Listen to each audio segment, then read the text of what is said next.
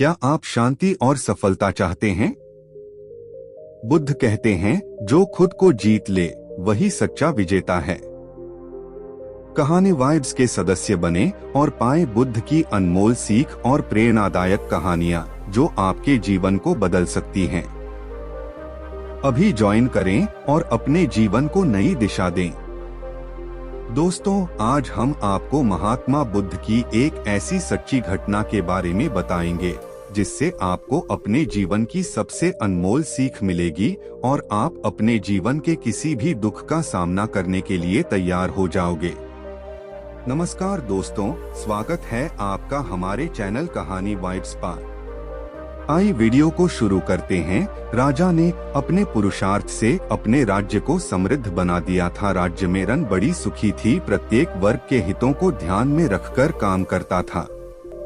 जब राजा वृद्ध हुआ तो उसे योग्य उत्तराधिकारी की चिंता सताने लगी, क्योंकि उसे लगता कि योग्य उत्तराधिकारी के बिना सुव्यवस्था अव्यवस्था में बदल जाएगी और प्रजा की परेशानी बढ़ जाएगी। हालांकि राजा का एक बेटा था, किंतु वह अत्यधिक आलसी और कर्महीन था। वह स्वयं को मालिक समझता और शेष सभी को अपना गुलाम। यह अहंकार उसके आचरण में सदैव झलकता था। राजा उसे सुधारने के उद्देश्य से बुद्ध के आश्रम में छोड़ आया। बुद्ध ने अगले ही दिन राजकुमार को आदेश दिया, वत्स, यहाँ से 5 कोस पर एक जंगल है, तुम वहाँ जाकर फूलों के कुछ पौधे ले आओ और उन्हें आश्रम के अहाते में लगा दो। यह सुनते ही राजकुमार को बड़ा क्रोध आया, क्योंकि उसने तो आदेश देना ही सीखा था। परंतु क्योंकि उसके पिता ने बुद्ध को बात मानने को कहा था, इसलिए वह मन मारकर जंगल गया और फूलों के पौधे लाकर आश्रम में लगा दिए। राजकुमार ने उन्हें सींचा और जानवरों से बचाने के लिए उनकी रात दिन रखवाली की। कुछ महीनों में सारा आश्रम भांति भांति के सुंदर फूलों से खिल उठा। राजकुमार अपनी मेहनत का ऐसा फल देखकर बहुत प्रसन्न हुआ।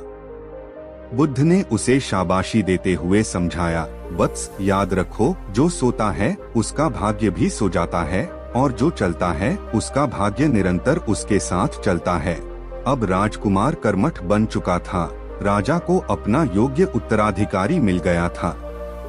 कर्म सफलता की कुंजी है, अतः सदैव कर्मरत रहना चाहिए। एक दिन एक शिक्षित युवक बुद्ध के पास आया। उसने बुद्ध को प्रणाम कर अपनी जिज्ञासा रखी, गुरु जी, आप ईश्वर की बात करते हैं, क्या आपने ईश्वर के दर्शन किए हैं? जो आप सा अधिकार इस विषय पर इतना कुछ कह पाते हैं। बुद्ध ने कुछ नहीं कहा और स्नेह पूर्वक उसके सिर पर हाथ फेर दिया। युवक ने समझा कि बुद्ध के पास मेरे प्रश्न का उत्तर नहीं है। फिर उन्होंने कहा, आओ हम कुछ देर यहाँ के बगीचे में घूमे। बगीचे में गुलाब और रजनीगंधा के सुगंधित फूल लगे थे। युवक बोला, गुरु जी, इन फूलों की सुगंध से सारा वातावरण महक रहा है। बुद्ध ने कहा, वत्स, तुम ठीक कहते हो, किंतु एक बात बताओ कि यह सुगंध तुम्हें दिखाई दे रही है? युवक बोला, जी नहीं, सुगंध तो अनुभव की जाती है। तब बुद्ध ने कहा, बस यही तुम्हारे प्रश्न का उत्तर है। तुम्हारे शरीर में जब कभी कहीं चोट लगती है तो दर्द होता है, क्या इस दर्द को तुम देख सकते हो? युवक बोला, नहीं, वह भी अनुभवित ही होता है। बुद्ध ने अंतिम रूप से युवक का समाधान करते हुए कहा, आत्मा और परमात्मा के साथ भी यही बात है।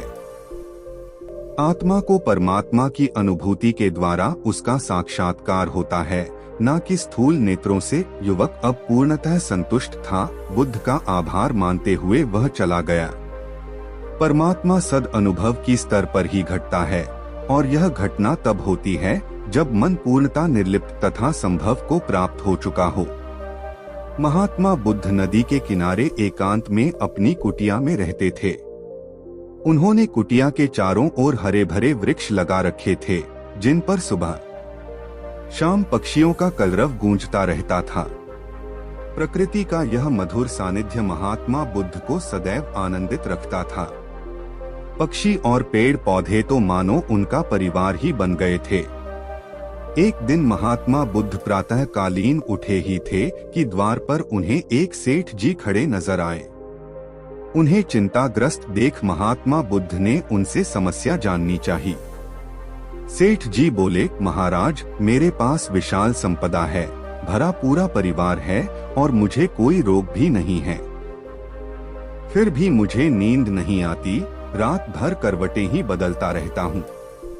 महात्मा बुद्ध ने आत्मीयता से सेठ जी के सिर पर हाथ फेरकर कहा, सेठ, तुम्हारे पास सब कुछ भले ही हो, किंतु वह नहीं है जो नींद के लिए आवश्यक है। सेठ ने पूछा, वह क्या है महाराज? महात्मा बोले, तुम चारों ओर चिंताओं से घिरे हो। धन संपत्ति की चिंता, व्यापार व्यवसाय की चिंता, परिवार की चिंता। स्मरण रखो कि चिंता चयन में शत्रुता है। सेठ ने इससे बचने का उपाय पूछा तो उन्होंने कहा, तुम प्रकृति से शिक्षा ग्रहण करो। पेड़ पौधे, फूल, पानी और प्रकाश के रूप में उसकी अनंत संपदा चारों ओर बिखरी हुई है, किंतु वह चिंता मुक्त है। अपनी इस दौलत को पूरी दुनिया पर दोनों हाथों से सत्य लुटाती रहती है।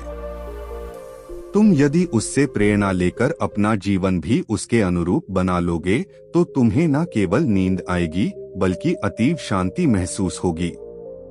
सेठ ने महात्मा बुद्ध की बात का मर्म समझा और लोक कल्याण की राह पर चल पड़ा। धन और ज्ञान देने से बढ़ते ही हैं, इसलिए इनके संग्रह के साथ साथ इनके दान की वृत्ति भी रखनी चाहिए। एक गरीब किसान गौतम बुद्ध का बहुत बड़ा भक्त था। एक दिन वह बुद्ध के पास आया और अपने गांव आने का आग्रह किया। बुद्ध उसके गांव पहुंचे तो सारा गांव उन्हें देखने व सुनने के लिए उमड़ पड़ा, किंतु वह किसान नहीं आया। हुआ यह कि उसी दिन किसान के बैलों की जोड़ी कहीं खो गई। किसान इस दुविधा में रहा कि बुद्ध का प्रवचन सुने या अपने बैलों को खोजे। काफी सोचने के बाद उसने अपने बैलों को खोजने का निर्णय किया। घंटों भटकने के बाद बैल मिले। थका हारा किसान घर आया और भोजन कर सो गया।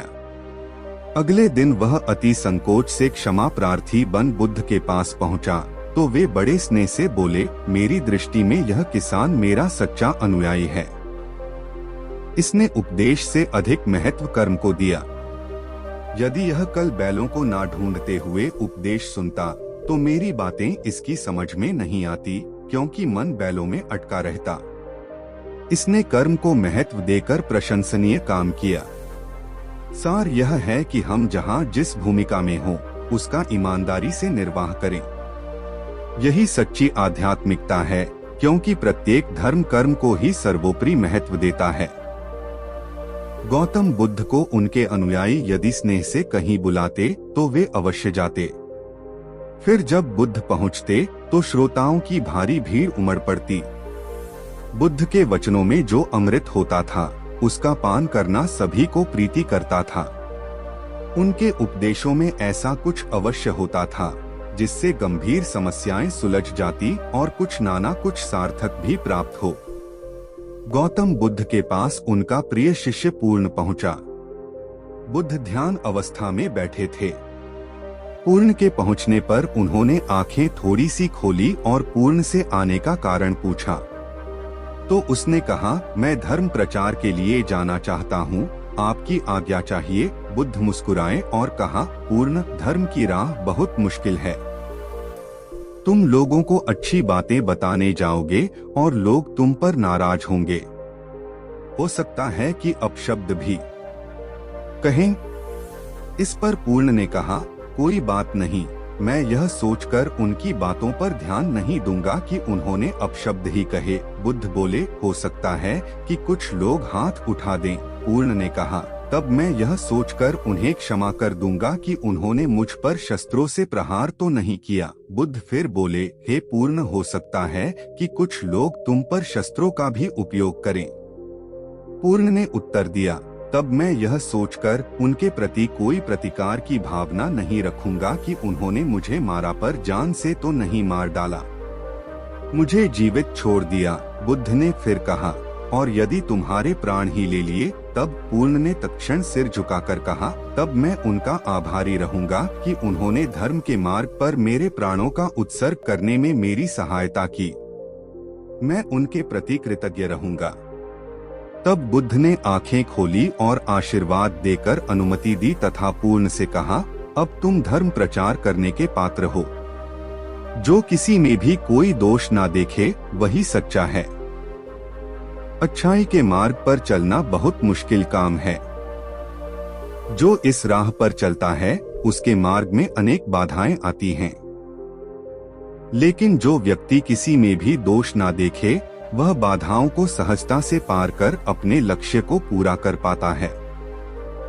एक बार गौतम बुद्ध जब वन से गुजर रहे थे तब एक राक्षसी हाथ में तलवार लेकर प्रकट हुई और कहा, अरे बुद्ध, आज तुम्हारे प्रेम को मेरी घृणा के सामने झुकना ही पड़ेगा। आज तुम्हारे जीवन का अंतिम दिन है। बुद्ध ने मुस्कुराते हुए उत्तर दिया, मैं घृणा, उपहास और द्वेष के आगे नतमस्तक नहीं होगा। मैं निंदा, प्रशंसा अथवा उपहास किसी से भी प्रभावित नहीं होता। तुम मुझसे इतनी घृणा करती हो पर मैं तो तुमसे भी प्रेम करता हूँ। राक्षसी ने पूछा, तुम मुझसे प्रेम क्यों करते हो? बुद्ध बोले, मैं तुम्हें माँ का रूप देख रहा हूँ और माँ तो प्रेम का रूप होती है, उसमें हिंसा हो ही नहीं सकती। इतना सुनते ही राक्षसी के हाथ से तलवार गिर पड़ी। हे बुद्ध, तुम धन्य हो। इतना कहते ही वह देवी में बदल गई और अंतर्धान हो गई। दरअसल जो लोग दूसरों से द्वेष करते हैं अंत में एक दिन घृणा उन्हें नष्ट कर देती है। घृणा से घिरे हुए लोगों को एक दिन घृणा ले डूबती है। प्रेम सत्य के आवरण से ढका होता है। सत्य से जुड़ा हुआ व्यक्ति सदैव आनंद में जीता है। सत्य को केवल अपने तक सीमित मत रखो, उसे अपने कर्मों में ढालना होगा। सत्य रूपी गुलाब की खुशबू है। कर्म अपने कर्म को प्रेम और सत्य में डुबोकर करो। प्रेम और सत्य मनुष्य को विकास की ओर ले जाते हैं। ध्यान रहे कि यह दोनों मार्ग ईश्वर की ओर जाते हैं। इस मार्ग पर चलने वाले सहज में ही आनंद और शांति को पा लेते हैं। गौतम बुद्ध भ्रमण करते हुए वैशाली नगर के वन विहार में पहुंचे।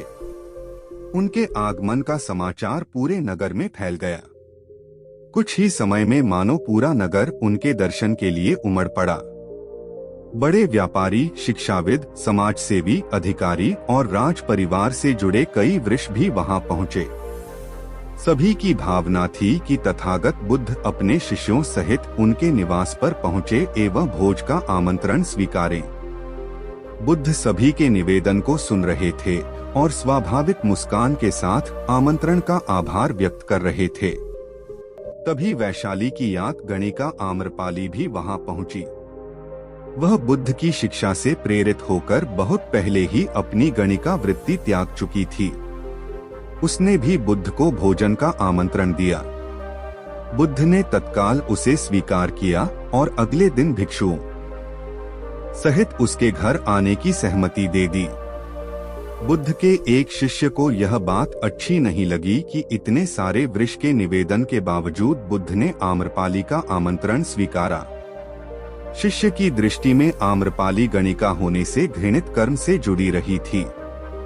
जब सभी लोग चले गए तब शिष्य ने पूछा, भगवान, इतने लोगों ने आपको न्योता दिया, फिर आपने आम्रपाली का ही आमंत्रण क्यों स्वीकारा? बुद्ध ने कहा, मानना वह गणिका थी, लेकिन पश्चाताप की अग्नि में तपकर वह निर्मल हो चुकी है। यदि कोई व्यक्ति इस निर्मलता को प्राप्त कर ले तो वह उनसे भी श्रेष्ठ हो जाता है, जो ऐसे किसी घृणित कर्म में लीन न रहे। ऐसे व्यक्ति का आमंत्रण स्वीकारने में संकोच नहीं होना चाहिए। कोई व्यक्ति जब तक बुरे कामों में संलग्न रहता है तब तक उससे दूरी रहे तो ठीक है, लेकिन जो बुरे कामों को छोड़ दे उसे स्वीकार करने में संकोच नहीं करना चाहिए। इससे उसकी अच्छाई की ओर बढ़ने की भावना को बल मिलता। गौतम बुद्ध के जीवन की एक घटना है। उन्होंने नियम बना रखा था कि वे अपने संघ में स्त्रियों को स्थान नहीं देंगे। स्त्रियों के लिए भिक्षु होने की दीक्षा उन्होंने वर्जित कर रखी थी। एक समय गौतम बुद्ध एक गांव में ठहरे हुए थे। वहां कि कैसे गौतम बुद्ध से स्वीकृति प्राप्त की जाए। स्त्रियों ने निर्णय लिया कि स्वयं सेविका बनकर गौतम बुद्ध के समक्ष पहुंचा जाए। गौतमी ने अपने बाल काटे, भिक्षु के वस्त्र पहने और अनेक स्त्रियों के साथ बुद्ध के सामने पहुंच गई। उनकी यह मांग थी कि स्त्रियों को भी दीक्षा दी जाए। बुद्ध ने उनकी बात को स्वीकार नहीं किया। स्त्रियां निराश हुई। जब बुद्ध के एक शिष्य आनंद ने स्त्रियों को देखा, उनके पांव सूजे हुए थे, उन पर धूल छड़ी हुई थी, उनकी आंखों से आंसू बह रहे थे। उन्होंने पूछा, क्या बात है? स्त्रियों ने कहा, बुद्ध उनके धर्म और नियम के अनुसार हमें भिक्षु होने की दीक्षा नहीं दे रहे हैं। जब आनंद ने व्यक्तिगत रूप से बुद्ध से निवेदन किया, बुद्ध को उन्होंने याद दिलाया, इस समय यह सामाजिक मान्यता है कि स्त्रियां मोक्ष की अधिकारी नहीं हैं, पुरुषों के मुकाबले निम्न हैं। तो क्या आप भी यह मानते हैं और इसलिए उन्हें दीक्षित नहीं कर रहे हैं? बुद्ध का उत्तर था, मुझे गलत ना समझा जाए। मेरी मान्यता है कि पुरुष की तरह ही स्त्री भी निर्वाण प्राप्त कर सकती है, लेकिन मैं कुछ व्यावहारिक कारणों से स्त्रियों को संघ में शामिल करने और दीक्षा देने की स्वीकृति प्रदान नहीं कर रहा हूँ। आनंद का उत्तर था, सिद्धांत और व्यवहार में परिवर्तन करना चाहिए। बुद्ध को बात जच गई और उन्होंने यह घोषणा की, जो स्त्रियां भिक्षु होना चाहेंगी, उन्हें कुछ नियमों का पालन करना होगा। स्त्रियों ने स्वीकार किया और तब से स्त्रियां भी बौद्ध बनने लगीं। गौतम बुद्ध एक बार अपने शिष्यों के साथ प्रवास पर निकले। एक नगर से दूसरे नगर तक जाने की राह में वन पड़ता था। वन क्षेत्र में प्रवेश करने के साथ ही कुछ दूर चलने पर बुद्ध एक जगह रुक गए। पीछे आ रहे शिष्यों का समूह भी उन्हें देख उस स्थान पर रुका, लेकिन वहां रुके रहना शिष्यों के लिए मुश्किल हो गया, क्योंकि सामने एक क्षत विक्षत शव पड़ा था और उसकी दुर्गंध वातावरण में फैल रही थी। शिष्यों ने अपने वस्त्र से नाक बंद कर ली, लेकिन बुद्ध शव की ओर टकटकी लगाए देखते रहे।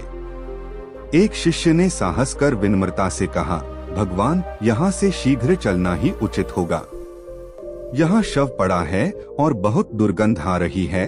बुद्ध मुस्कुराए और शिष्यों की और उन्मुख होते हुए बोले, बताइए, इस सब में सौंदर्य दिखाई देता है। शिष्यों ने कहा, भगवान, यह कैसा प्रश्न है? सौंदर्य और शव में जीवन था, तब तक सौंदर्य था। अब तो सब समाप्त हो गया। बुद्ध ने शव की ओर इशारा करते हुए बताया, देखो, जब कभी यह व्यक्ति जीवित रहा होगा, इसकी दंत पंक्तियां अद्वितीय रही होंगी। मृत्यु के बाद भी इसके दंत देखकर यही साबित होता है। वहां खड़े सभी शिष्यों ने दृष्टि डाली तो पाया बुद्ध सही कह रहे थे। तब शिष्यों को भान हुआ कि शव में भी अच्छाई हो सकती है। दरअसल सौंदर्य निर्जीव में भी नजर आ सकता है। केवल शर्त यह है कि दृष्टि बुद्ध के समान बुराई में भी अच्छाई देखने वाली होनी चाहिए। गुलाब की एक शाखा में फूल की तुलना में कांटे ही अधिक होते हैं, पर हम फूल चुनते हैं, कांटे नहीं। ठीक इसी तरह किसी में 100 बुराइयां नहीं, अच्छाई देखनी चाहिए। प्राचीन सियालकोट में एक बार बौद्धों का बहुत बड़ा भिक्षु संघ आया। इस संघ को एक ऐसे वेद पाठी ब्राह्मण के विषय में ज्ञात हुआ जो इतना रूढ़िवादी था कि किसी अवैध पंडित की छाया भी स्वयं पर नहीं पड़ने देता था। उसे सुधारने का बीड़ा एक भिक्षु ने उठाया। अगले दिन वह अपना भिक्षा पात्र लेकर ब्राह्मण के घर पहुंच गया और पूछा, कुछ आहार पानी की सुविधा है? उसकी बात सुनकर घर के सभी लोग मौन रहे और उसकी ओर घृणा की दृष्टि से देखा। भिक्षु लौट आया। दूसरे दिन फिर गया और वही प्रश्न दोहराया। इस बार भी उसे चुप्पी और तिरस्कार का सामना करना पड़ा। वह पुनः लौट गया। एक दिन जब वह ब्राह्मण के घर पहुंचा तो ब्राह्मण वहां नहीं था। नित्य आने जाने से ब्राह्मणी का मन पसीज गया। वह बोली, मैं तो तुम्हें आहार पानी दे दूं, किंतु पंडित जी की नाराजगी के कारण विवश हूँ। भिक्षु ने कहा, कोई बात नहीं बहन, मैं अपना काम करता हूँ, तुम अपना काम करो। वापस लौटते हुए भिक्षु को ब्राह्मण मिल गया। उसने भिक्षु को खूब खरी खोटी सुनाई।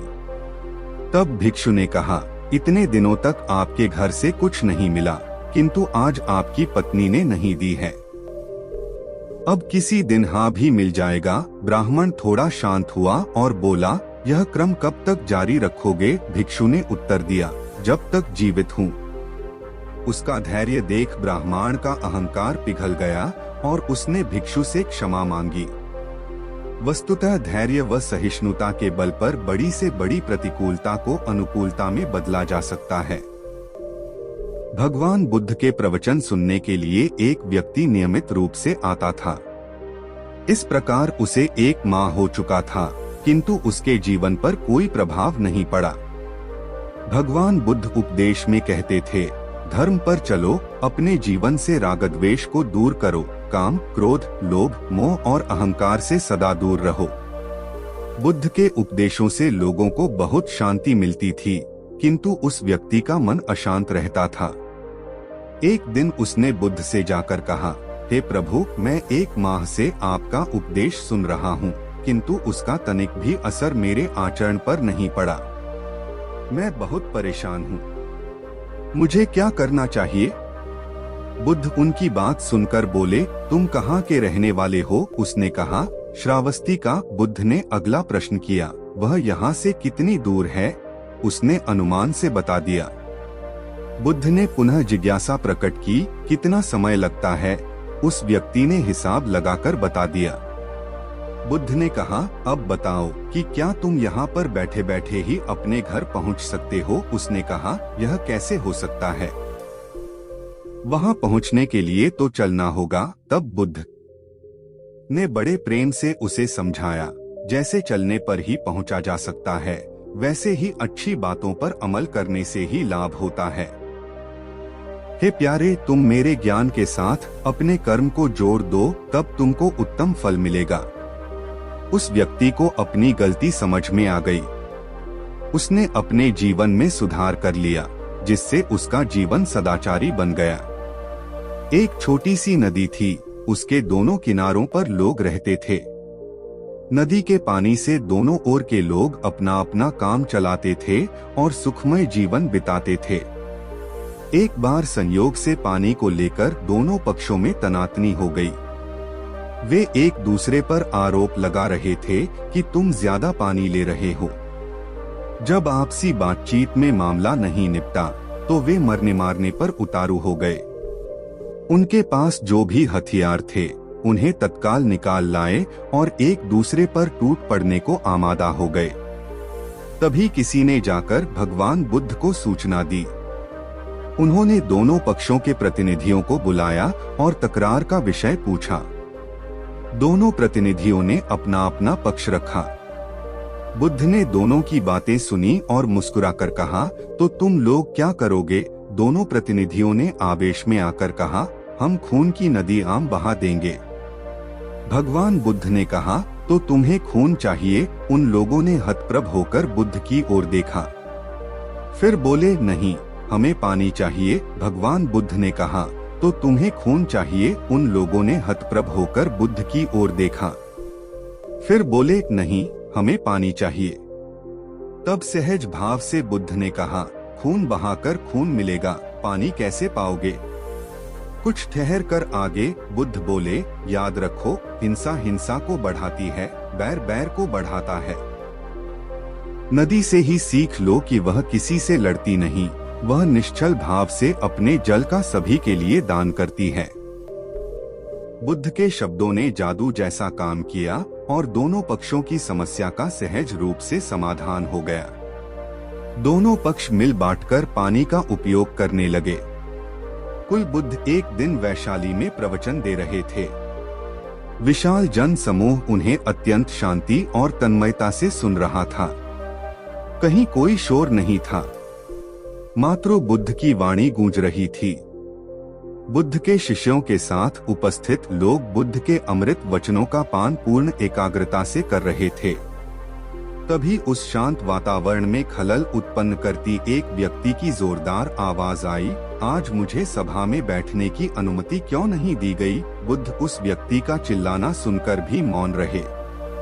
उस व्यक्ति ने पुनः चिल्लाकर यही प्रश्न पूछा। बुद्ध ने नेत्र बंद कर लिए। उनका एक शिष्य बोल उठा, भगवान, बाहर खड़े अपने इस शिष्य को अंदर आने की अनुमति दीजिए। बुद्ध ने नेत्र खोलकर कहा, नहीं, यह अस्पृश्य है। शिष्यगण बुद्ध के मुंह से अस्पृश्य शब्द सुनकर विस्मित हुए और उन्होंने पूछा, वह अस्पृश्य क्यों, कैसे? एक भगवान, आपके धर्म में तो जात पात का भेद नहीं है। बुद्ध बोले, आज यह क्रोध में आया है। क्रोध से जीवन की एकता भंग होती है। क्रोध ही मानसिक हिंसा करता है। किसी भी कारण से क्रोध करने वाला अस्पृश्य है। उसे कुछ देर तक स्मरण कर लेना चाहिए कि अहिंसा परम धर्म है। कथा का उपदेश यह है कि क्रोध एक ऐसा विकार है जो कर्ता और भोक्ता दोनों के लिए हानिकारक होता है। इससे बचते हुए शांति से विचारने व कार्य करने की प्रवृत्ति अपनानी चाहिए। शांत मन और मस्तिष्क ही विवेकपूर्ण निर्णय लेने में सक्षम होते हैं। बौद्ध संघ के एक भिक्षु को कोई गंभीर रोग हो गया। उसकी हालत इतनी खराब हो गई कि वह चल फिर भी नहीं सकता था और मल मूत्र में लिपटा पड़ा रहता था। उसकी यह हालत देख उसके साथ ही भिक्षु भी उसके पास नहीं आते और घृणा से मुंह फेरकर आसपास से निकल जाते थे। कुछ दिनों बाद बुद्ध को यह बात पता चली तो वे तत्काल अपने प्रिय शिष्य आनंद के साथ उस भिक्षु के पास पहुँचे। उसकी दयनीय दशा से उन्हें घोर कष्ट हुआ। उन्होंने भिक्षु से पूछा, तुम्हें कौन सा रोग हुआ है? भिक्षु बोला, भगवान, मुझे पेट की बीमारी है। बुद्ध ने स्नेह से उसके सिर पर हाथ फेरते हुए प्रश्न किया, क्या तुम्हारी परिचर्या करने वाला कोई नहीं है? भिक्षु की ना सुनते ही बुद्ध ने आनंद से कहा, पानी लेकर आओ, हम लोग पहले इसका शरीर स्वच्छ करेंगे। आनंद पानी लेकर आए। फिर बुद्ध ने भिक्षु के शरीर पर पानी डाला और आनंद ने उसके मलमूत्र को साफ किया। अच्छी तरह धो पोंछ कर बुद्ध ने भिक्षु के सिर को पकड़ा और आनंद ने पैरों को इस प्रकार उसे उठाकर चारपाई पर लिटा दिया। फिर बुद्ध ने सारे भिक्षुओं को एकत्रित कर उन्हें समझाया, भिक्षुओं, तुम्हारे माता नहीं, पिता नहीं, भाई नहीं, बहन नहीं जो तुम्हारी सेवा करेंगे। यदि तुम परस्पर एक दूसरे की सेवा और देखभाल नहीं करोगे तो फिर कौन करेगा? याद रखो, जो रोगी की सेवा करता है वह ईश्वर की सेवा करता है। दीनहीन के प्रति करुणा व सेवा का भाव इस जगत को बुद्ध का सबसे बड़ा संदेश है, जो प्रत्येक देश काल परिस्थिति में प्रासंगिक है। गौतम सिद्धार्थ बुद्धत्व प्राप्त करके महात्मा बुद्ध बन गए। सत्य, अहिंसा और दया की मूर्ति बुद्ध अपने शिष्यों के साथ एक गांव में पहुंचे। कुछ अज्ञानी लोग उनके विरोधी थे। वे बुद्ध को अपशब्द कहने लगे। बुद्ध के शिष्यों को बहुत बुरा लगा, मगर बुद्ध ने उन्हें समझाया, यह लोग तो केवल अपशब्द ही कह रहे हैं। अगर यह पत्थर भी मार रहे होते तो भी मैं कहता कि मारने दो। मैं जानता हूँ कि यह लोग कुछ कहना चाहते हैं, लेकिन क्रोध के मारे वह कह नहीं पा रहे हैं। 10 साल पहले यदि यही लोग मुझे गाली देते तो मैं इन्हें भी गाली देता, लेकिन अब तो लेन देन से मुक्ति मिल चुकी है। क्रोध से अपशब्द निकलते हैं। यहाँ तो क्रोध भवन कब का ढह चुका है। अपशब्द कहने वाले बड़ी मुश्किल में पड़ गए। तभी बुद्ध ने अपने शिष्यों से पूछा, इस गांव में कुछ लोग अपशब्द कह रहे हैं, इन्हें बताओ कि वहाँ के लोग फल और मिठाइयाँ लेकर आए थे। बुद्ध ने पूछा, फिर मैंने क्या किया था? शिष्यों ने बताया, आपने सारे फल और मिठाइयाँ यह कहकर वापस कर दी कि अब लेने वाला विदा हो चुका है। आपने कहा था कि 10 साल पहले आते तो मैं सारे उपहार ले लेता। बुद्ध ने पूछा, फिर उन लोगों ने मिठाइयों का क्या किया होगा? शिष्यों ने बताया, गांव में बांट दी होगी। बुद्ध बोले, उन लोगों ने मिठाइयाँ गांव में बांट दी, लेकिन मैं उन लोगों से कहूंगा कि अपशब्द में ना बांटे। बुद्ध फिर बोले, यह लोग अपशब्दों के थाल सजाकर लाए हैं, लेकिन यह गलत आदमी के पास आ गए हैं। यह मुझसे क्रोध नहीं करवा सकते। ठीक खूंटी की तरह जो किसी को नहीं टांगी, लोग उस पर वस्त्र टांग देते हैं। एक बार जैतवन के सभी ग्रामवासी भगवान बुद्ध के दर्शन करने और उपदेश सुनने के लिए एकत्र हुए। उस समय महाकश्यप, मौदगल्यायन, सारिपुत्र, चुंदर, देवदत्त जैसे प्रबुद्ध जन बुद्ध के साथ धर्म विषय गंभीर चर्चा में तन्मय थे। ग्रामवासी थोड़ा ठिठक कर खड़े हो गए, क्योंकि इतने ज्ञानी जनों के बीच उन सभी को असहज महसूस हो रहा था। कुछ देर बाद बुद्ध की दृष्टि इन ग्रामवासियों पर पड़ी। उन्होंने तुरंत धर्म चर्चा रोक दी। प्रबुद्ध जन बुद्ध के इस व्यवहार पर चकित हो उठे और प्रश्नार्थक नामक जिज्ञासु से बोले, भद्र उठो, सामने ब्राह्मण मंडली खड़ी है, उन्हें आसन दो और आतिथ्य की सामग्री ले आओ। अनाथपिंडक ने पीछे मुड़कर देखा तो उसे ब्रह्मा मंडली तो कहीं नहीं दिखी। मैले कुचले या फटे वस्त्रों में खड़े ग्रामवासियों का झुंड दिखाई दिया। पिंड ने शक्ति स्वर में कहा, देव, उन लोगों में एक भी ब्राह्मण नहीं है। यह सभी तो निम्न जाति के हैं, कई तो इनमें शूद्र हैं। बुद्ध गंभीर होकर बोले, पिंड, जो व्यक्ति सदा श्रद्धावान है वही ब्राह्मण ही है। यह लोग प्रयोजन के लिए भावयुक्त होकर आए हैं, इसलिए इस समय तो यह ब्राह्मण ही हैं। अत तुम इनका समुचित सत्कार करो। कथा का इंगित यह है कि व्यक्ति जन्म से नहीं कर्म से ब्राह्मण होता है। जो सद्गुणी हो और सत्कर्म करे, वे शूद्र जाति में जन्मने के बावजूद ब्राह्मण हैं, तथा उसी रूप में उनका आदर किया जाना चाहिए। यदि जीवन का संतुलन बिगड़ा और थकान आई तो समझ लीजिए कि बीमारी आई, और यदि वापस ऊर्जा अर्जित करने के लिए विश्राम किया जा रहा है तो ऐसी थकान वरदान भी साबित हो सकती है। इन दिनों जिस तरह की हमारी जीवन शैली है, इसमें असंतुलन बहुत अधिक है। सुबह उठने से लेकर रात को सोने तक शरीर की कुछ नियमित क्रियाएं हैं। आदमी उसे भूल गया है। गौतम बुद्ध बहुत काम करते पर कभी थकते नहीं थे। आज भी कई साधु संत उतना ही परिश्रम कर रहे हैं जितना एक कॉरपोरेट जगत का सफल व्यक्ति करता है। और जब वे रात को सोते हैं तो पूरी बेफिक्री के साथ। बुद्ध से उनके शिष्यों ने एक बार पूछा था, आप थकते नहीं? बुद्ध का उत्तर था, जब मैं कुछ करता ही नहीं तो थकान में अजीब लगती है, लेकिन यह बड़ी गहरी बात है। अध्यात्म ने इसे साक्षी भाव कहा है, स्वयं को करते हुए देखना। यह वह स्थिति होती है जब तन सक्रिय और मन विश्राम की मुद्रा में होता है। आज ज्यादातर लोग अमय अकारण थक जाते हैं, जिसका एक बड़ा कारण असंतुलित जीवन है। एक होता है थकान को महसूस करना और दूसरा है स्वाभाविक थकान।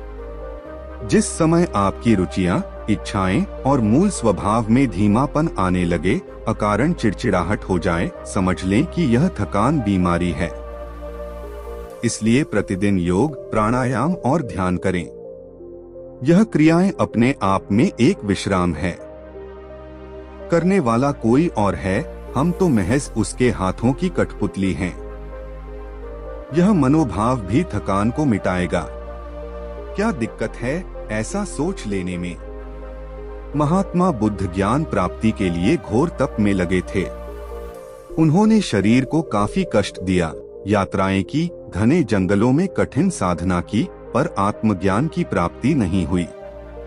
निराश हो बुद्ध सोचने लगे, मैंने अभी तक कुछ भी प्राप्त नहीं किया, अब आगे क्या कर पाऊंगा? निराशा, अविश्वास के इन नकारात्मक भावों ने उन्हें शुभ कर दिया। कुछ ही क्षणों के बाद उन्हें प्यास लगी। वे थोड़ी दूर स्थित एक झील तक पहुंचे। वहां उन्होंने एक दृश्य देखा कि एक नहीं सी गिलहरी के 2 बच्चे झील में डूब गए। पहले तो वह गिलहरी जड़वत बैठी रही, फिर कुछ देर बाद उठकर झील के पास गई, अपना सारा शरीर झील के पानी में भिगोया और फिर बाहर आकर पानी झाड़ने लगी। ऐसा वह बार बार करने लगी। बुद्ध सोचने लगे, इस गिलहरी का प्रयास कितना मूर्खतापूर्ण है। क्या कभी यह इस झील को सुखा सकेगी? किंतु गिलहरी का यह क्रम लगातार जारी था। बुद्ध को लगा मानो गिलहरी कह रही हो, यह झील कभी खाली होगी या नहीं, यह मैं नहीं जानती, किंतु मैं अपना प्रयास नहीं छोड़ूंगी। आठ उस छोटी सी गिलहरी ने भगवान बुद्ध को अपने लक्ष्य मार्ग से विचलित होने से बचा लिया।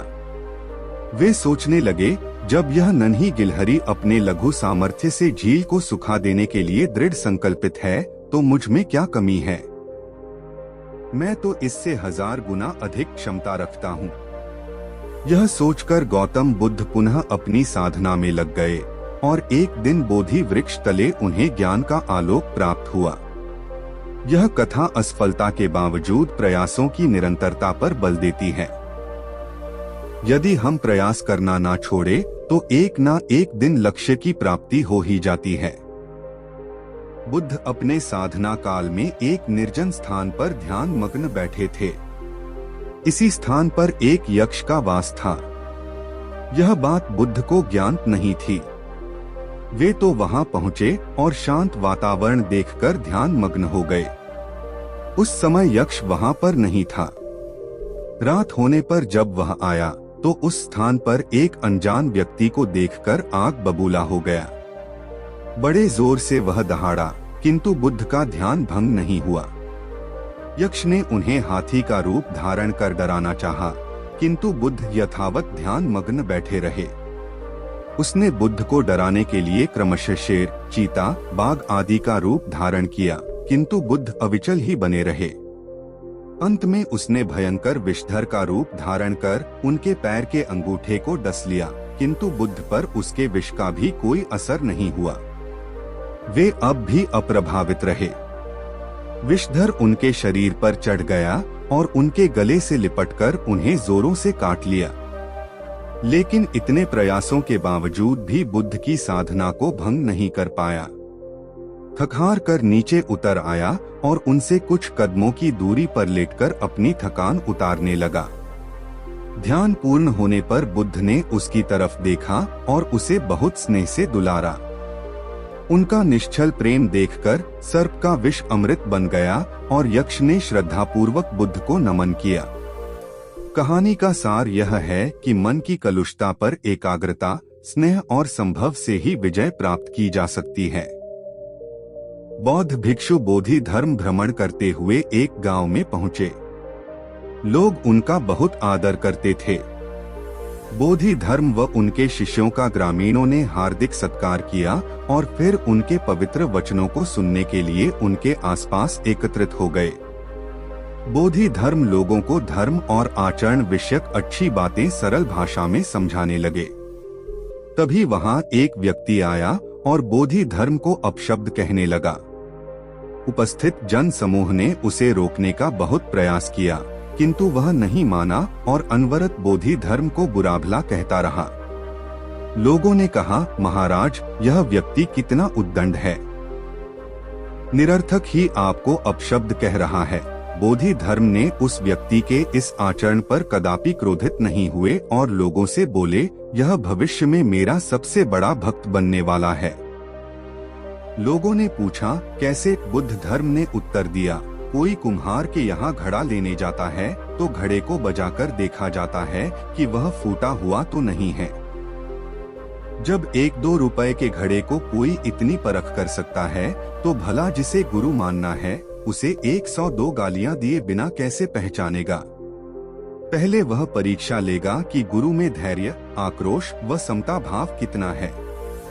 यह जानने के बाद ही तो वह गुरु को स्वीकारे। इसलिए यह व्यक्ति मुझे निरर्थक ही अपशब्द नहीं कह रहा है। और आगे चलकर वास्तव में वह व्यक्ति बोधि धर्म का सबसे बड़ा भक्त बना। किसी को शिक्षा देने से पूर्व स्वयं का आचरण भी तदनुसार महान पद मिलता है। वस्तुतः गुरु की गुरुता तभी स्वीकारी जाती है जबकि उसमें सदाचरण के सभी लक्षण मौजूद हो। महात्मा गौतम बुद्ध के श्रावस्ती में प्रवचन चल रहे थे। प्रवचन में नित्य ही बड़ी संख्या में लोग आते और विविध महत्वपूर्ण व गंभीर विषयों पर बुद्ध से ज्ञान ग्रहण करते। बुद्ध का शिष्य वर्ग भी काफी विशाल था, जो प्रवचन स्थल की व्यवस्था संभालता और बुद्ध की सेवा में सदैव तत्पर रहता। एक बार रात के समय महात्मा बुद्ध प्रवचन दे रहे थे। सदैव की भांति काफी लोग उनके प्रवचन सुन रहे थे। एक व्यक्ति जो बुद्ध के ठीक सामने बैठा था, बार बार नींद के झोंके ले रहा था। बुद्ध थोड़ी देर तक तो प्रवचन देते रहे, फिर उससे बोले, वत्स सो रहे हो? उस व्यक्ति ने हड़बड़ाकर कहा, नहीं। महात्मा बुद्ध ने पुनः प्रवचन प्रारंभ किए। वह व्यक्ति फिर नींद में जाने लगा। महात्मा ने फिर वही प्रश्न दोहराया और उसने फिर अचकचाकर नहीं कहा। महात्मा कहा, ऐसा लगभग 8-10 बार हो गया। कुछ देर बाद बुद्ध ने उससे पूछा, वत्स जीवित हो? हर बार की तरह इस बार भी उसने कहा, नहीं। महात्मा यह सुनकर उपस्थित श्रोताओं में हंसी की लहर दौड़ गई और वह व्यक्ति पूर्णतः चैतन्य हो गया। तब बुद्ध गंभीर होकर बोले, वत्स निद्रा में तुम्हारे मुख से सही उत्तर मिल ही गया। जो निद्रा में है वह मृतक समान ही है। महात्मा बुद्ध का संकेत था कि गुरु से ज्ञान ग्रहण करते वक्त सजगता अत्यंत आवश्यक है। गाफिल रहने की स्थिति में ज्ञान की प्राप्ति पूर्ण नहीं होती। एक बार गौतम बुद्ध के जीवन के उस दौर की बात है जब वे बुद्धत्व को प्राप्त नहीं हुए थे और निरंजना नदी के तटीय वनों में वृक्ष के नीचे ध्यान करते थे। सिद्धार्थ प्रतिदिन ध्यान करने के बाद पास के किसी गांव में चले जाते और भिक्षा मांगकर लौट आते। कुछ दिनों के बाद उन्होंने भिक्षा अटन पर जाना बंद कर दिया, क्योंकि एक गांव के प्रधान की छोटी बेटी सुजाता उनके लिए नित्य भोजन लाने लगी। सिद्धार्थ को वह बड़े स्नेह से भोजन कराती थी। कुछ दिनों बाद उसी गांव का एक चरवाहा भी सिद्धार्थ से प्रभावित होकर उनके पास आने लगा। उसका नाम स्वस्थ था। एक दिन स्वस्थ से सिद्धार्थ बातें कर रहे थे कि सुजाता भोजन लेकर आई। जैसे ही सिद्धार्थ ने भोजन करना शुरू किया, उन्होंने बातचीत बंद कर दी। जितनी देर तक वे भोजन करते रहे, बिल्कुल चुप रहे और वहां सन्नाटा छाया रहा। स्वस्थ को हैरानी हुई। उसने सिद्धार्थ के भोजन करने के उपरांत उनसे पूछा, गुरुदेव, आप मेरे आने के बाद निरंतर वार्तालाप करते रहे, किंतु भोजन के समय एक शब्द भी नहीं बोले, इसका क्या कारण है? सिद्धार्थ बोले, भोजन का निर्माण बड़ी कठिनाई से होता है। किसान पहले बीज बोता है, फिर पौधों की रखवाली करता है और तब कहीं जाकर अनाज पैदा होता है। फिर घर की महिलाएं उसे बड़े जतन से खाने योग्य बनाती हैं। इतनी कठिनाई से तैयार भोजन का पूरा आनंद तभी संभव है जब हम पूर्णतः मौन हो। आत्म भोजन के दौरान मैं मौन रहकर उसका पूरा स्वाद लेता हूँ। वस्तुतः शांति से किया गया भोजन न केवल शारीरिक भूख को तृप्त करता है, बल्कि मानसिक आनंद और सात्विक ऊर्जा भी देता है। सम्राट अशोक संपूर्ण भारत को अपने राज्य में मिलाना चाहते थे, पर कलिंग के युद्ध में हुए रक्तपात को देखकर उन्हें अत्यधिक दुख पहुंचा। उनकी महत्वाकांक्षा ने जो तबाही मचाई थी, उसे देखकर उन्हें खुद पर गलानी हुई। उन्होंने देखा कि लोग दर्द से कराह रहे थे। यह सब विनाश केवल उनकी महत्वाकांक्षा से हुआ था। यह सब देखकर अशोक के मन में विनाश का पथ छोड़कर नेकी के रास्ते पर चलने का विचार जगा। अशोक की राजधानी पाटलिपुत्र थी। पाटलिपुत्र पटना के रूप में जाना जाता है। पटना से गया भी अधिक दूर नहीं है, जहां बोधि वृक्ष के नीचे महात्मा बुद्ध को ज्ञान प्राप्त हुआ था। बुद्ध के अष्टपद मार्ग, शांति और दया के संदेश ने उनके दिलो दिमाग में इतनी उथल पुथल पैदा कर दिया कि उन्होंने उस मार्ग को अपनाने का फैसला किया। इस पथ पर चलने से उन्होंने इतिहास में अपनी अमिट छाप छोड़ी। अशोक ने अपने पुत्र को सिलोन, अब श्रीलंका, और अन्य कई लोगों को सुदूर क्षेत्रों में दूत बनाकर भेजा।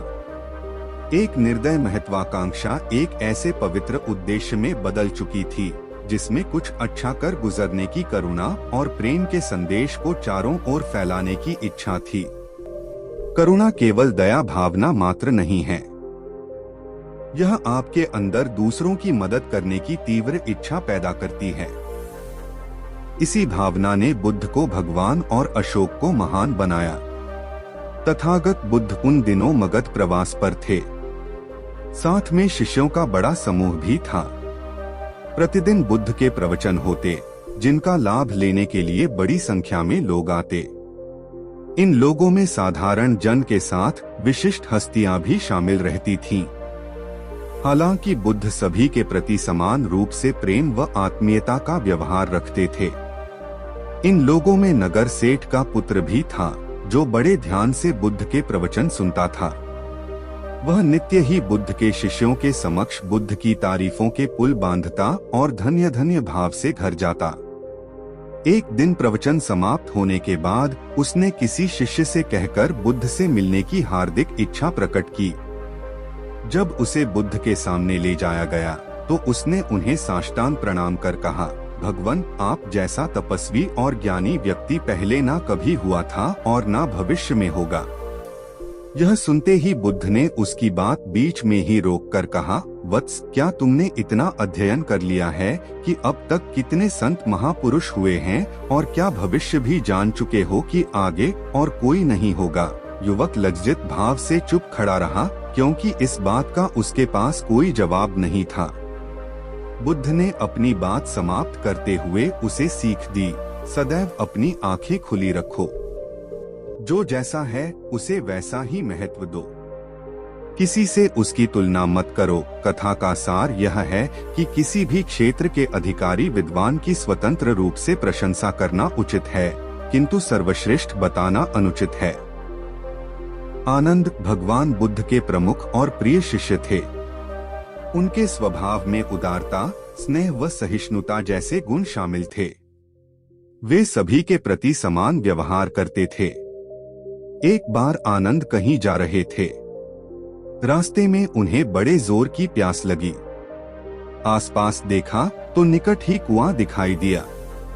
वे वहां पहुंचे। कुएं से एक लड़की पानी भर रही थी। आनंद ने उसके पास जाकर कहा, बहन, मैं बड़ी दूर से आ रहा हूँ, मुझे बहुत जोर से प्यास लगी है, कृपा कर पानी पिला दो। उनकी बात सुनते ही लड़की कांप उठी, क्योंकि वह अछूत जाति की थी। वह जानती थी कि किसी ऊंची जाति के व्यक्ति को पानी पिलाना उसके अधिकार क्षेत्र से बाहर है। वह निगाह नीची कर चुपचाप खड़ी रही। आनंद ने प्यास से व्याकुल होकर फिर कहा, बहन, तुम्हें सुना नहीं? प्यास के मारे मेरे प्राण निकले जा रहे हैं, मुझे पानी पिला दो। लड़की भयवश कुछ नहीं बोल पाई। जब आनंद ने बड़े स्नेह से उससे पानी ना पिलाने का कारण पूछा तो वह बोली, मैं निम्न जाति की कन्या हूँ, आपको पानी कैसे पिला सकती हूँ? उसकी बात सुनकर आनंद ने कहा, बहन, मैंने तुमसे पानी मांगा है, जाति तो नहीं पूछी। आनंद की उदारता ने उस कन्या का भय दूर कर दिया और उन्होंने पानी पिलाकर वह धन्य हो गई। कथा का सार यह है कि ईश्वर की दृष्टि सम होने के कारण उसने सभी मनुष्यों को समान शरीर, बुद्धि और भावना से नवाजा है। अतः अपने सृष्टिकर्ता के विरुद्ध जाकर मानव में भेद करना सर्वथा अनुचित है। एक बार भगवान बुद्ध अपने शिष्यों के साथ पाटलिपुत्र पहुँचे। सभी लोग एक विहार में रुके। भोजन के बाद बुद्ध ने आनंद से अगले दिन से प्रवचन आरंभ करने को कहा। अगले दिन बुद्ध का प्रवचन सुनने बड़ी संख्या में लोग उपस्थित थे। बुद्ध प्रवचन देने के बाद लोगों से मिलते, उनकी समस्याएं सुनते और नेक सलाह देते। एक दिन प्रवचन के समय बुद्ध के शिष्य आनंद ने उनसे पूछा, भगवान, आपके सामने हजारों लोग बैठे हैं, बताइए कि इनमें सबसे सुखी कौन है? बुद्ध ने एक विहंगम दृष्टि भीड़ पर डालते हुए कहा, वह देखो, सबसे पीछे एक दुबला-पतला, फटे वस्त्र पहने जो आदमी बैठा है, वह सर्वाधिक है। आनंद सहमत नहीं हुआ। वह बोला, यह कैसे संभव है? वह तो बहुत दयनीय जान पड़ता है। बुद्ध ने अपनी बात सिद्ध करने के लिए बारी बारी से सामने बैठे लोगों से पूछा, तुम्हें क्या चाहिए? किसी ने संतान मांगी तो किसी ने मकान, कोई रोग मुक्ति चाहता था तो कोई अपने शत्रु पर विजय। ऐसा एक भी व्यक्ति नहीं था जिससे कोई इच्छा ना हो। अंत में बुद्ध ने उस फटेहाल आदमी को बुलाकर पूछा, तुम्हें क्या चाहिए? उसने हाथ जोड़कर जवाब दिया, कुछ नहीं। यदि ईश्वर को मुझे कुछ देना ही है तो बस इतना कर दें कि मेरे अंदर कभी कोई चाह पैदा ना हो। मैं ऐसे ही स्वयं को सबसे बड़ा सुखी मानता हूँ। उसकी बात सुनकर आनंद से बुद्ध ने कहा, आनंद, जहाँ चाह है वहाँ सुख नहीं हो सकता। आनंद ने बुद्ध की इस शिक्षा को सदा के लिए गांठ बांध लिया। सार यह है कि लालसा से लोभ बढ़ता है जो असंतोष का जनक होता है। यदि सही अर्थों में सुख पाना है तो किसी लालसा की बजाय उपलब्ध स्थितियों में संतुष्ट रहना चाहिए। गौतम बुद्ध ने बहुत से अज्ञानी लोगों को सम्यक दृष्टि प्रदान की थी। तब को बात है, कौसाम्बी में एक ब्रह्मचारी रहता था। उसे अभिमान था कि उस जैसा कोई विद्वान नहीं है, इसलिए अपने साथ सदैव जलती मशाल रखता था। गौतम बुद्ध ने देखा तो उसे पूछा, अरे यह मशाल लिए क्यों घूमते हो? ब्रह्मचारी ने उत्तर दिया, सभी प्राणी अंधकार और अज्ञान में पथक सृष्ट हैं, उन्हें रास्ता दिखाने के लिए मशाल लिए घूमता हूँ। तथागत ने पूछा, क्या तुम्हें 4 प्रकार की विद्याओं, शब्द विद्या, नक्षत्र विद्या, राज विद्या व युद्ध विद्या का पूर्ण ज्ञान है? ब्रह्मचारी ने अपनी अनभिज्ञता प्रकट करते हुए मशाल फेंककर तथागत के चरणों में मस्तक झुका दिया। उसका ज्ञान गर्व चूर हो गया। जो दूसरों को मूर्ख समझकर उनसे घृणा करता है वह उस व्यक्ति की तरह है जो स्वयं अंधा होकर दूसरों को मशाल दिखाता घूमता है। अहंकारी कभी विवेकवाणी नहीं हो सकता और बिना विवेक के सत्रसत का ज्ञान नहीं हो सकता। अंततः ऐसे विवेकानंद व्यक्ति को जीवन में कोई उपलब्धि प्राप्त नहीं होती, हताशा ही हाथ लगती है। हताशा को त्यागने का डाया कठिन है। मैं हमेशा सोचता हूँ उस पल क्या हुआ होगा उनके मन के भीतर, कैसे कैसे विचार उठते होंगे। क्या संबोधि एक लघु क्षण होता है या दीर्घ क्षण? क्या संबोधि एक अनंत अभ्यास है? क्या संयम उसका गरुड़ यान है? धम्मपद का 13वां श्लोक बार बार याद आता है, यथा गारन दुछेन बुट्टी समती विबजती एवं अभावित घर की छत मजबूत ना हो सही तरह से, उसे घास फूस से ढका ना गया हो तो बरसात के दिनों में उसमें से पानी रिसता है, घर भर में फैल जाता है। उसी तरह ध्यान और एकाग्रता हमारे व्यक्तित्व की छत है। एक दिन एक व्यक्ति बुद्ध के पास पहुंचा और बहुत अधिक तनाव में था। अनेक प्रश्न उसके दिमाग में घूम घूम कर उसे परेशान कर रहे थे। जैसे आत्मा क्या है? आदमी मृत्यु के बाद कहाँ जाता है? सृष्टि का निर्माता कौन है? स्वर्ग नरक की अवधारणा कहाँ तक सच है? और ईश्वर है या नहीं? उसे इन प्रश्नों के उत्तर नहीं मिल रहे थे।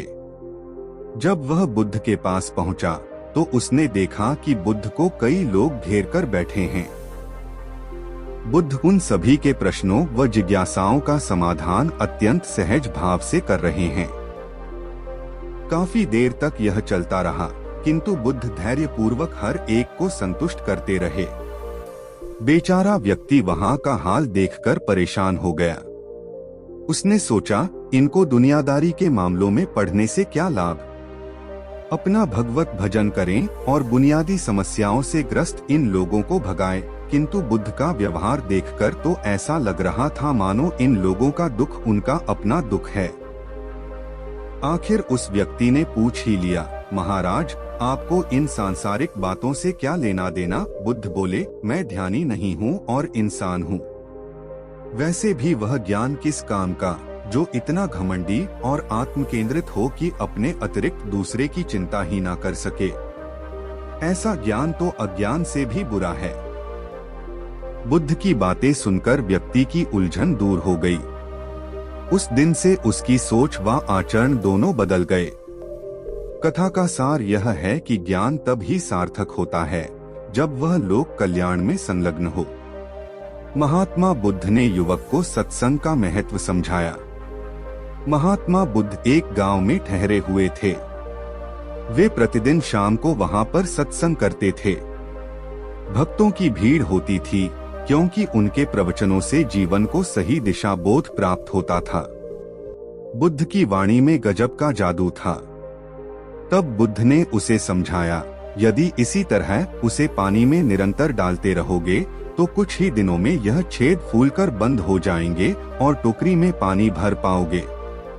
इसी प्रकार जो निरंतर सत्संग करते हैं उनका मन एक दिन अवश्य निर्मल हो जाता है। अवगुणों के छिद्र भरने लगते हैं और गुणों का जल भरने लगता है। युवक ने बुद्ध से अपनी समस्या का समाधान पा लिया। निरंतर सत्संग से दुर्जन भी सज्जन हो जाते हैं क्योंकि महापुरुषों की पवित्र वाणी उनके मानसिक विकारों को दूर कर उनमें सद्विचारों का आलोक प्रसारित कर देती है। एक आदमी को बुद्ध ने सुझाव दिया, दूर से पानी लाते हो, क्यों नहीं अपने घर के पास एक कुआं खोद लेते। हमेशा के लिए पानी की समस्या से छुटकारा मिल जाएगा। सलाह उस आदमी ने कुआं खोदना शुरू किया, लेकिन 7-8 फीट खोदने के बाद उसे पानी तो क्या, गीली मिट्टी का भी चिन्ह नहीं मिला। उसने वह जगह छोड़कर दूसरी जगह खुदाई शुरू की, लेकिन 10 फीट खोदने के बाद भी उसमें पानी नहीं निकला। उसने फिर तीसरी जगह कुआं खोदना शुरू किया, लेकिन यहाँ भी उसे निराशा ही हाथ लगी। इस क्रम में उसने 81 फीट के 10 कुएं खोद डाले, लेकिन पानी कहीं नहीं मिला। वह निराश होकर बुद्ध के पास गया। उसने बुद्ध को बताया कि मैंने 10 कुएं खोद डाले मगर पानी एक में भी नहीं निकला। बुद्ध को आश्चर्य हुआ। वे स्वयं चलकर उस स्थान पर आए जहां उसने 10 गड्ढे खोदे हुए थे। बुद्ध ने उन गड्ढों की गहराई देखी और सारा माजरा समझ गए। फिर वे बोले, 10 कुएं खोदने की बजाय एक कुएं में ही तुम अपना सारा परिश्रम लगाते तो पानी कब का मिल गया होता। तुम सब गड्ढों को बंद कर दो, केवल एक को गहरा करते जाओ, पानी निकल आएगा। उसने बुद्ध की बात मानकर ऐसा ही किया। परिणाम स्वरूप कुआं पूर्ण होते ही पानी निकल आया। सबने भगवान बुद्ध की जय जयकार की। धन्ना सेठ के पास 7 पुश्तों के पालन पोषण जितना धन था। उसका व्यापार चारों तरफ फैला हुआ था, किंतु फिर भी उसका मन अशांत रहता था। कभी धन की सुरक्षा की चिंता तो कभी व्यापारिक प्रतिस्पर्धा में आगे निकलने का तनाव। चिंता और तनाव के कारण वह अस्वस्थ रहने लगा। उसके मित्र ने उसकी गिरती दशा देखी तो उसे बुद्ध के पास जाने की सलाह दी। सेठ बुद्ध के पास पहुंचा और अपनी समस्या बताई। बुद्ध ने उसे सांत्वना देते हुए कहा, तुम घबराओ मत, तुम्हारा कष्ट अवश्य दूर होगा। बस तुम यहाँ कुछ दिन रहकर प्रभु का ध्यान किया करो। बुद्ध के कहे अनुसार सेठ ने रोज ध्यान करना शुरू कर दिया, किंतु सेठ का मन ध्यान में नहीं लगा। वह जैसे ही ध्यान करने बैठता, उसका मन फिर अपनी दुनिया में चला जाता। उसने बुद्ध को यह बात बताई, किंतु बुद्ध ने कोई उपाय नहीं बताया। थोड़ी देर बाद जब सेठ बुद्ध के साथ वन में सायकालीन भ्रमण कर रहा था तो उसके पैर में एक कांटा चुभ गया। वह दर्द के मारे कराह लगा। बुद्ध ने कहा, बेहतर होगा कि तुम जी कड़ाकर कांटे को निकाल दो, तब इस दर्द से मुक्ति मिल जाएगी। सेठ ने मन कड़ाकर कांटा निकाल दिया। उसे चैन मिल गया। तब बुद्ध ने उसे समझाया, ऐसे ही लोभ, मोह, क्रोध, घमंड व द्वेष के कांटे तुम्हारे मन में गड़े हैं। जब तक अपने मन की संकल्प शक्ति से उन्हें नहीं निकालोगे तब तक अशांत ही रहोगे। सेठ का अज्ञान बुद्ध के इन शब्दों से दूर हो गया और उसने निर्मल हृदय की राह पकड़ ली। अपनी कुप्रवृत्तियों से मुक्ति के लिए संकल्पबद्ध अनिवार्य है। जब तक व्यक्ति दृढ़ निश्चय न कर ले वह अपनी गलत आदतों से मुक्त नहीं हो सकता। बुद्ध की शिक्षा से गांव का उद्धार हुआ। एक युवक ने बुद्ध से आकर कहा, मेरा गांव अशिक्षित है। मैं अपने परिवार से झगड़कर थोड़ा बहुत पढ़ पाया हूँ आगे और पढ़ना चाहता हूँ, किंतु सभी रोक रहे हैं। घर के लोग सोचते हैं कि खेती में खूब पैसा है और इसके लिए किसी शिक्षा की आवश्यकता नहीं है। यही सोच गांव वालों की भी है। कृपया आप मेरे गांव चलकर वहां शिक्षा का प्रसार करवाइए। बुद्ध युवक की बात मानकर गांव आ गए। धर्मभीरू ग्रामीणों ने बुद्ध का सत्कार किया और रोज उनके प्रवचन सुनने आने लगे। बुद्ध जब भी शिक्षा का महत्व बताते, ग्रामीण विरोधी मत रखते। एक दिन एक महिला अपने 5 साल के बच्चे के लिए पूछने लगी कि उसे किस उम्र से शिक्षा दिलवाएं। तब बुद्ध ने समझाया, तुम्हें तो 5 वर्ष पूर्व उसकी शिक्षा शुरू कर देनी थी। उसे क्या खाना है, क्या नहीं, कैसे क्या बोलना है आदि बातें शुरू से सिखा, तभी तो वह अपना उचित ख्याल रख सकेगा। बुद्ध की यह बात महिला सहित सभी ग्रामीणों को समझ में आ गई। उन्होंने अपने बच्चों को विद्यालय भेजना शुरू किया। यह समय वर्षा का था। युवक ने लोगों को जल संग्रहण की तकनीक बताई। अधिकांश ने उपहास किया, किंतु युवक अपना काम करता रहा। बुद्ध का सहयोग प्राप्त था, इसलिए किसी ने उसका खुलकर विरोध नहीं किया। जब गर्मी में भीषण जल संकट के कारण फसलें सूखने लगीं, तो युवक ने कुएं खुदवा दिए, जिनमें जल संग्रहण की तकनीक के कारण खूब पानी निकला। ग्रामीण अब शिक्षा का महत्व समझ चुके थे। धीरे धीरे संपूर्ण गांव शिक्षित हो गया। ज्ञान हर उम्र में अर्जित किया जा सकता है। यही ज्ञान हमें जीवन में आने वाली समस्याओं के समाधान की राह सुझाता है।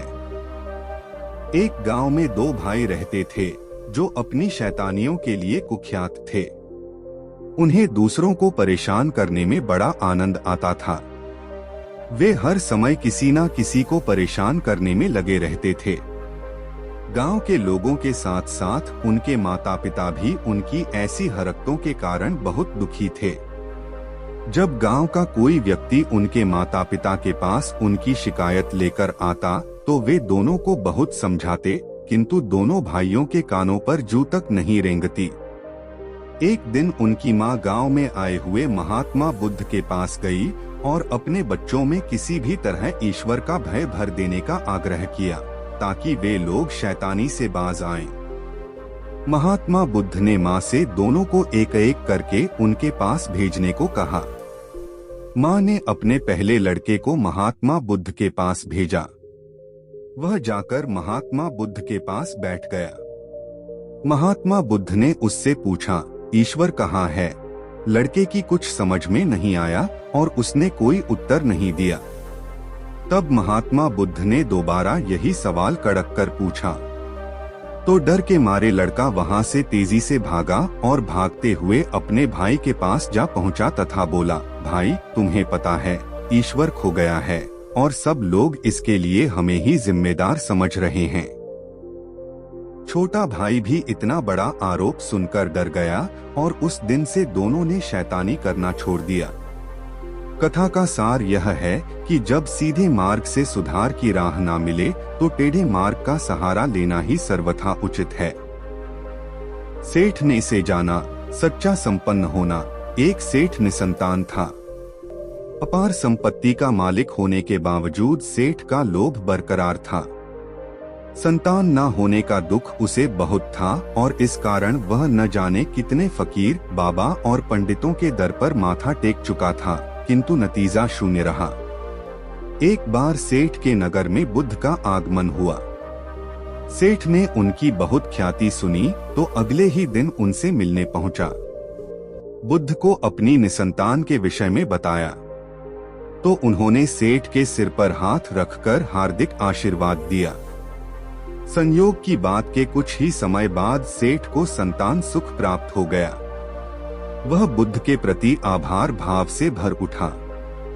सोचने लगा कि बुद्ध के प्रति उपकार कैसे जताए। विचार करने के उपरांत उसने एक बक्से में बेशकीमती हीरे जवाहरात रखे और बुद्ध के पास पहुंचा। बुद्ध को प्रणाम निवेदित कर सेठ बोला, माज, आपकी कृपा से मुझे संतान का मुख देखने को मिला। मैं आपके लिए कुछ करना चाहता हूँ, सो यह तो भेंट लाया हूँ। बुद्ध ने हीरे जवाहरात देखते ही अस्वीकार कर दिए।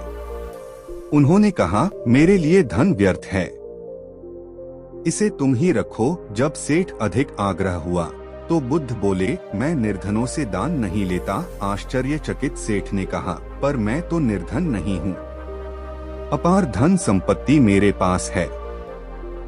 मेरी तिजोरियां सोने, चांदी, गहनों व जवाहरातों से भरी हुई हैं। रात दिन परिश्रम कर मैं इस संपत्ति को दिन दुनी रात चौगुनी कर रहा हूँ, फिर मैं निर्धन कैसे? तब बुद्ध ने समझाया, इसका आशय यह है कि तुम अपनी वर्तमान संपत्ति से तृप्त नहीं हो, और अतृप्त व्यक्ति निर्धन ही तो होता है, क्योंकि सच्चा संपन्न तो वह है जो तृप्त हो। बुद्ध की बातों ने सेठ की आंखें खोल दी। संतोष सबसे बड़ा धन है और संतोषी सर्वाधिक धनी होता है, क्योंकि इच्छाओं का अंत निर्मम की परम सुखमय अवस्था को लाता है। उम्मीद है कि आपको यह कहानी अच्छी लगी होगी और आपने इस कहानी से कुछ सीखा होगा। अपने सुझाव हमें कमेंट बॉक्स में दीजिए और ऐसी ही ज्ञानवर्धक कहानी सुनने के लिए हमारे चैनल कहानी वाइब्स को सब्सक्राइब कर लीजिए। मिलते हैं एक नई कहानी में। धन्यवाद। दोस्तों, अगर हमारी कहानी पसंद आए तो लाइक करें, चैनल सब्सक्राइब करें और बेल आइकॉन दबाएं। हमें सुपर थैंक्स देकर सपोर्ट करें और अपने सुझाव कमेंट में बताएं।